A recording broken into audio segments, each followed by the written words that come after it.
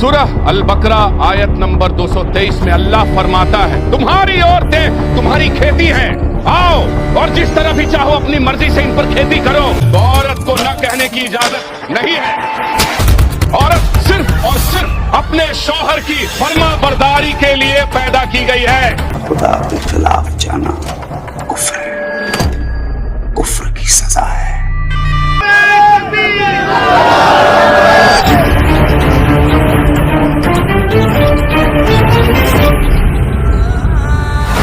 नमस्कार दोस्तों, अभी एक बहुत ही बेहतरीन मूवी के अपडेट के बारे में बात करेंगे।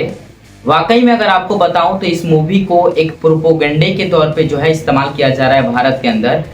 इसकी क्या सच्चाई है, आखिर ये मूवी बनाया जा रहा है तो क्यों इसका बायकॉट का ट्रेंड चल रहा है, आखिर इस मूवी को लेकर जो है इस देश में जो है बहुत सारे तरह तरह के प्रोपोगंडे चल रहे हैं, क्यों चल रहे हैं, इन सारी मुद्दों पे बात करेंगे। क्या वाकई में ये मूवी जो है इस्लाम को डिमोरलाइज करने की साजिश के तौर पे बनाई गई है? ये सारे सवालात हैं जो कि मेरे कमेंट बॉक्स में आए हुए हैं, जिसको लेकर जो है मैं अभी वीडियो बना रहा हूँ। आपको बता दूं कि आप मेरे स्क्रीन पे देख रहे हैं कि हम दो और हमारा 12। एक्चुअली ये जो मूवी है इस्लामिक माइथोलॉजी पे बनाई जा रही है, लेकिन इस मूवी के अंदर जो है इस्लामिक माइथोलॉजी को दिखाकर मतलब उसके कुछ जो है ऐसे सामने परोसा जा रहा है, कुछ ऐसे कंसेप्ट को लोगों को दिखलाया जा रहा है जो कि इस्लाम से कहीं भी टचअप नहीं है। ये बात जो है शरियाम इस देश के बड़े बड़े मौलाना जो हैं बोल रहे हैं। तो आखिर हम बात करेंगे कि क्या ये रियलिटी चीज़ है कि इस्लाम को जो है इस्लाम के ऊपर साजिश किया जा रहा है, उसको प्रोपोगेट के तौर पे जो है इस मूवी को बनाया गया है इस्लाम को डिमोरलाइज करने के लिए। जैसे कि आप देख रहे हैं कि स्क्रीन पे लिखा हुआ है कि जल्द ही चीन को पीछे छोड़ देंगे, जल्द ही चीन को पीछे छोड़ देंगे। शायद ये जो डायरेक्टर हैं ये भूल चुके हैं कि जो पॉपुलेशन की बात कर रहे हैं, जिस पॉपुलेशन की बारे में ये दिखाने की कोशिश कर रहे हैं कि हम चाइना को जो है चीन को जो है पीछे छोड़ देंगे, शायद ये भूल रहे हैं कि चाइना की ही अगर हम बात करें पॉपुलेशन को लेकर तो चाइना दुनिया में नंबर 1 स्थान रखता है इकोनॉमिक के मामले में। तो कहीं ना कहीं उसकी पॉपुलेशन जो है के कारण ऐसा हो पाया है। तो चाइना के पॉइंट ऑफ व्यू से ये कहा गया है, चाइना के अगर बारे में आप इकोनॉमिकली स्टडी करिएगा तो आपको पता चलेगा कि जनसंख्या जो है गरीबी का कारण नहीं होता है।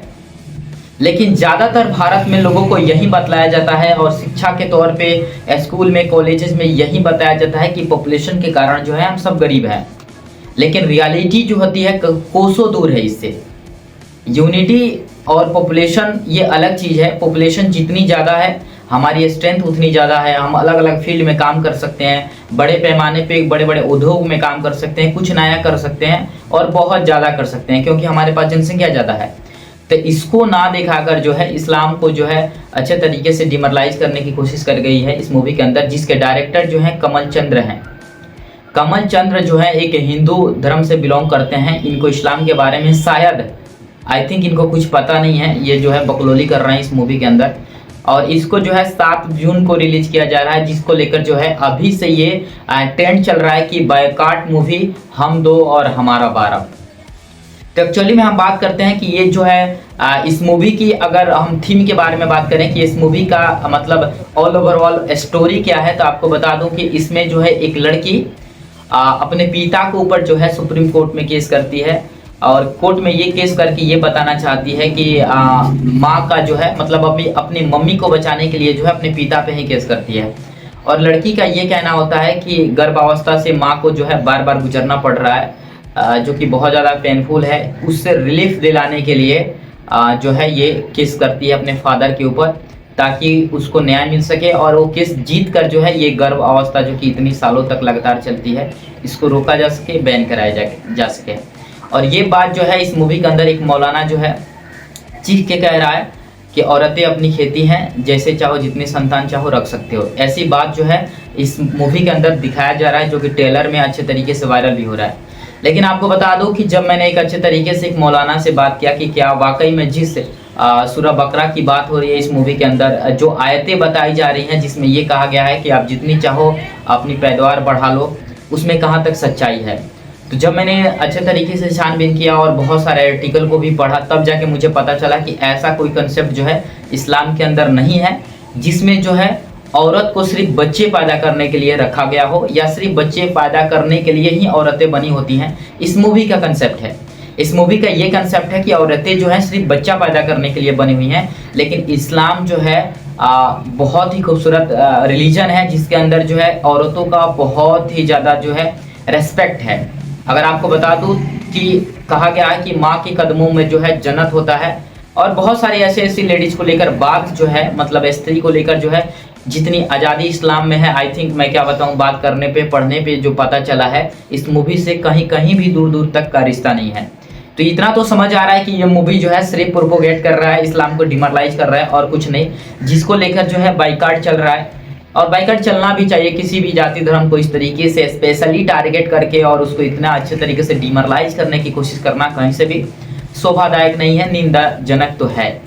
लेकिन और एक चीज़ जो कि बार बार जिहाद कही जाती है, ये मुस्लिम्स जो होते हैं जिहादी होते हैं, लेकिन एक्चुअली जब मैंने जिहाद के ऊपर भी बहुत सारे आर्टिकल को पढ़ा तब जाके पता चला कि जिहाद एक बहुत ही खूबसूरत शब्द है और सबको जिहाद करना चाहिए, जिहादी होना चाहिए। क्योंकि एक्चुअली जिहाद का मतलब होता है कि अपने अंदर जो बुराई है उसे नष्ट करना, डिमोलिश करना, मिटा देना को जिहाद कहते हैं। यानी हम इंसान हैं, अगर हमारे अंदर कोई भी किसी भी तरह की बुराई है, अगर हम उसे मिटाते हैं, ख़त्म करते हैं, अपने अंदर की बुराइयों से लड़कर उसे मिटाते हैं तो उसे जिहाद कहा जाता है। तो कहीं से भी मुझे ये बुरा नहीं लग रहा है जिहाद सब। बहुत सारे जो है प्रोपोगंडे बगैर जाने पहचाने, बगैर स्टडी का जो है प्रोपोगेट करके इस्लाम को डिमोरलाइज किया जाता है। अगर आप भी मेरी बात से सहमत हैं कि इस मूवी के जरिए जो है इस्लाम को डिमोरलाइज करने की कोशिश करी गई है तो मेरे कमेंट में लिखिएगा। लेकिन सबसे बड़ी बात को ये समझ लीजिए कि कमल चंद्र जो कि इस मूवी के डायरेक्टर हैं, आई थिंक उनके ऊपर बहुत सारे FIR हो चुके हैं और आगे भी होंगे, क्योंकि वो जो है विदाउट एनी प्रूफ और विदाउट एनी मतलब क्या बताऊँ, उनको पता ही नहीं है कि एक्चुअली चीज़ें क्या हैं। एक्चुअली जिस टॉपिक पे ये मूवी बनाया गया है उसके बारे में उनके पास मोर देन नॉलेज नहीं है और जो है स्टोरी बना चुके हैं और ये जो है सोच रहे हैं कि हिंदुत्व के नाम पे ये मूवी चल जाएगा। लेकिन उन पे बहुत महंगा पड़ गया है ये मूवी, कई सारे FIR हो चुके हैं और लगातार अभी जो है FIR हो भी रहे हैं और इस मूवी शायद ऐसा भी हो कि रिलीज ना हो पाए, क्योंकि सेंसर बोर्ड के पास इसको लेकर जो है बहुत सारे नोटिफिकेशन डाल दिए गए हैं कि ये जो है किसी स्पेशल जाति धर्म को टारगेट करके बनाया गया है। तो शायद ये मूवी सेंसर बोर्ड जो है सेंसर बोर्ड के द्वारा पास भी नहीं किया जाए। और जिस सूरा को लेकर, जिस आयत को लेकर इस मूवी में फिल्म बनाया गया है, वो आयत मतलब जब आप पूरा पढ़िएगा तो आपकी आंखों से आंसू आ जाएंगे कि कहाँ पे और कब कैसे बोला गया है। जैसे कि आधा ये सुना होगा आपने, एक आधा आयत के बारे में बताया जाता है कि जहाँ भी काफिरों को देखो मार दो।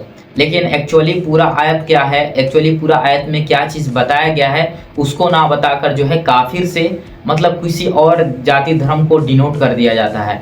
लेकिन एक्चुअली जब अच्छे तरीके से पढ़ा जाता है तो उसका दूर दूर तक किसी भी जाति धर्म से कोई लिंक नहीं होता है। तो कहीं ना कहीं ये इस तरह के प्रोपोगेंडे जो है लगातार इस्लाम को लेकर चलाए जाते हैं और अभी भी चल रहे हैं, जिसका जो है अगर आप सच्चे हिंदू हो या सच्चे किसी भी जाति धर्म के मानने वाले हो तो आप सबको पता है कि हर एक धर्म में जो है किसी भी जाति के विरोध में बोलने के लिए नहीं सिखाया गया है। किसी भी जाति, किसी भी संप्रदाय, किसी भी धर्म के अंदर यही चीज़ सिखाया जाता है कि ऐसा कोई काम नहीं करना चाहिए जो किसी अन्य धर्म के लोगों को दिल में कोई ठेस पहुंचे।